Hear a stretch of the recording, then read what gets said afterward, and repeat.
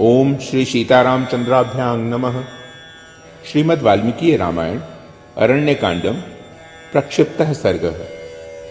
यह सर्ग प्रसंग के अनुकूल और उत्तम है। कुछ प्रतियों में यह सानुवाद प्रकाशित भी है, परंतु इस पर तिलक आदि संस्कृत टीकाएं नहीं उपलब्ध होती हैं, इसलिए कुछ लोगों ने इसे प्रक्षिप्त माना है। उपयोगी होने के कारण इसे भी यहाँ सानुवाद प्रकाशित किया गया है। इस सर्ग में ब्रह्मा जी की आज्ञा से देवराज इंद्र का निद्रा सहित लंका में जाकर सीता को दिव्य खीर अर्पित करना और उनसे विदा लेकर लौटना। प्रवेशितायां सीतायां लंकां प्रतिपितामहः तदा प्रोवाच देवेन्द्रं परितुष्टं शतक्रतुम्। जब सीता का लंका में प्रवेश हो गया, तब पितामह ब्रह्मा जी ने संतुष्ट हुए देवराज इंद्र से इस प्रकार कहा। त्रैलोक्यस्य हितार्थाय रक्षसाम हिताय च लंकां प्रवेशिता सीता रावणेन दुरात्मना। देवराज, तीनों लोकों के हित और राक्षसों के विनाश के लिए दुरात्मा रावण ने सीता को लंका में पहुंचा दिया।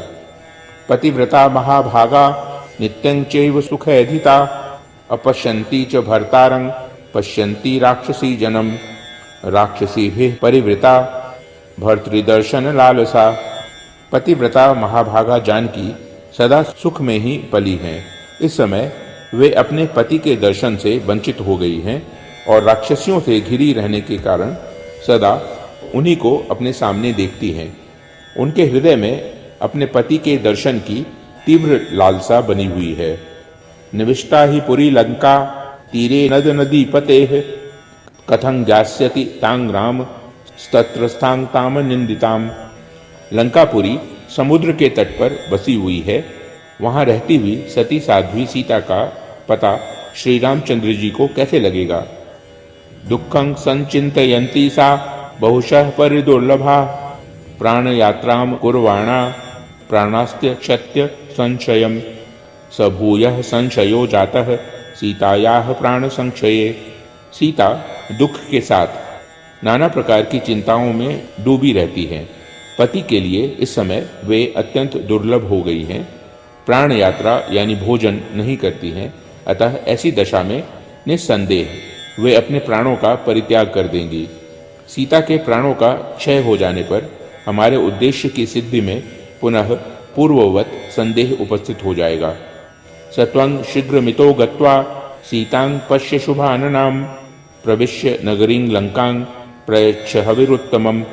अतः तुम शीघ्र ही यहाँ से जाकर लंकापुरी में प्रवेश करके सुमुखी सीता से मिलो और उन्हें उत्तम हविष्य प्रदान करो। एव मुक्तोथ देवेन्द्रः पुरीं रावण पालिताम् आगच्छन् निद्रया सार्धं भगवान पाक शासनः।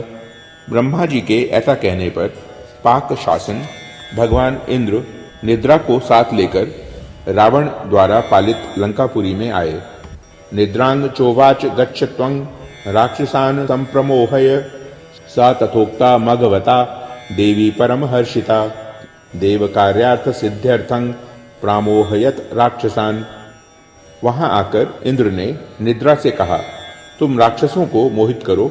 इंद्र से ऐसी आज्ञा पाकर देवी निद्रा बहुत प्रसन्न हुई।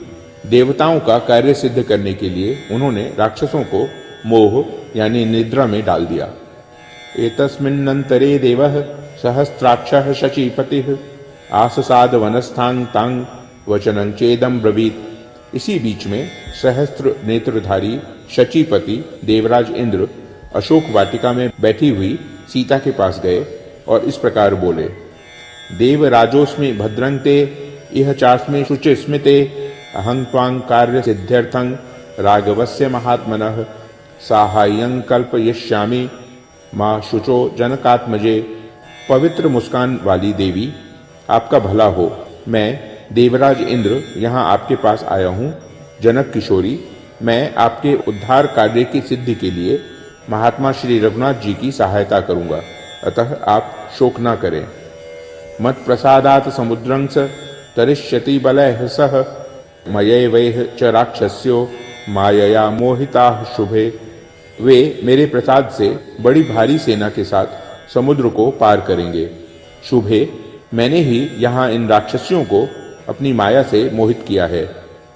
तस्माद्दन्नमिदं सीते हविष्यान्नमहं स्वयं सत्वां संगृह्य वैदेही आगतः सह निद्रया। विदेह नंदिनी सीते, इसीलिए मैं स्वयं ही यह भोजन, यह हविष्यान्न लेकर निद्रा के साथ तुम्हारे पास आया हूँ।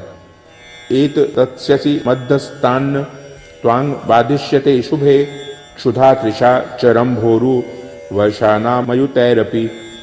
शुभे रंभोरु, यदि मेरे हाथ से इस हविष्य को लेकर खा लोगी तो तुम्हें हजारों वर्षों तक भूख और प्यास नहीं सताएगी।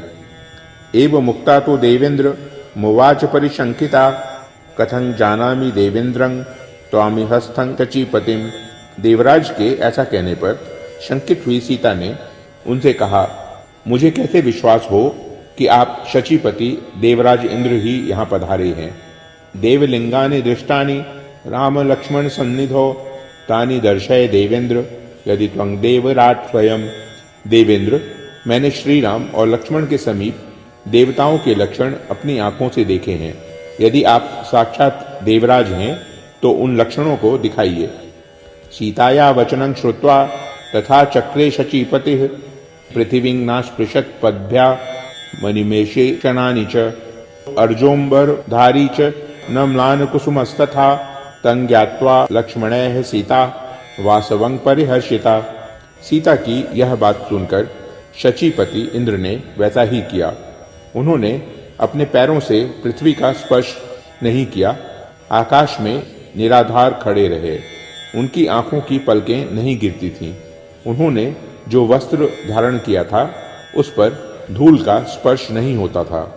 उनके कंठ में जो पुष्पमाला थी उसके पुष्प कुमलाते नहीं थे। देवोचित लक्षणों से इंद्र को पहचानकर सीता बहुत प्रसन्न हुई। उवाच वाक्यं रुदती भगवन् राघवं प्रति सह भ्रात्रा महाबाहुर्दिष्टया मे श्रुतिमागतः। वे भगवान श्री राम के लिए रोती हुई बोली, भगवान, सौभाग्य की बात है कि आज भाई सहित महाबाहु श्री राम का नाम मेरे कानों में पड़ा है। यथा मे श्वशुरो राजा यथा च मिथिलाधिपः तथा त्वामद्य पश्यामि सनातो मे पतिस्त्वया। मेरे लिए जैसे मेरे श्वशुर महाराज दशरथ तथा पिता मिथिला नरेश जनक हैं, उसी रूप में मैं आज आपको देखती हूँ। मेरे पति आपके द्वारा सनात हैं। तवाज्ञया च देवेंद्र पयोभूतमिदं हविः अशिष्यामि त्वया दत्तं रघूणांकुलवर्धनम। देवेंद्र, आपकी आज्ञा से मैं यह पायस रूप हविष्य यानी दूध की बनी हुई खीर जिसे आपने दिया है खाऊंगी। यह रघुकुल की वृद्धि करने वाला हो। इंद्र हस्ताद गृहीत्वा तत् पायसं सा शुचिस्मिता नवेदयत भर्त्रे सा लक्ष्मणाय च मैथिली। इंद्र के हाथ से उस खीर को लेकर उन पवित्र मुस्कान वाली मैथिली ने मन ही मन पहले उसे अपने स्वामी श्री राम और देवर लक्ष्मण को निवेदन किया और इस प्रकार कहा, यदि जीवति मे भर्ता सह भ्रात्रा महाबलः इदमस्तु तयोर्भक्त्या तदास्नात पायसं स्वयं। यदि मेरे महाबली स्वामी अपने भाई के साथ जीवित हैं तो यह भक्ति भाव से उन दोनों के लिए समर्पित है। इतना कहने के पश्चात उन्होंने स्वयं उस खीर को खाया। इतीव तत्प्राश्य हविर्वरानना जहो क्षुधा दुख समुद्भवं च तम इंद्रात प्रवृत्तिम उपलभ्य जानकी काकुस्थयोः प्रीतमना बभूव। इस प्रकार उस हविष्य को खाकर सुंदर मुख वाली जानकी ने भूख प्यास के कष्ट को त्याग दिया और इंद्र के मुख से श्री राम तथा लक्ष्मण का समाचार पाकर वे जनक नंदिनी मन ही मन बहुत प्रसन्न हुई। सचापि शक्र स्त्री दिवालयं तदा प्रीतो ययो राघव कार्य सिद्धये आमंत्र्य सीतां सततो महात्मा जगाम निद्रा सहित स्वमालयम। तब निद्रा सहित महात्मा देवराज इंद्र भी प्रसन्न हो सीता से विदा लेकर श्री रामचंद्र जी के कार्य की सिद्धि के लिए अपने निवास स्थान देवलोक को चले गए। इत्याशे श्रीमद् रामायणे वाल्मीकिये आदि काव्ये अरण्यकांडे प्रक्षिप्तः सर्गः। इस प्रकार श्री वाल्मीकि निर्मित आश रामायण आदि काव्य के अरण्यकांड में प्रक्षिप्त सर्ग पूरा हुआ। ओम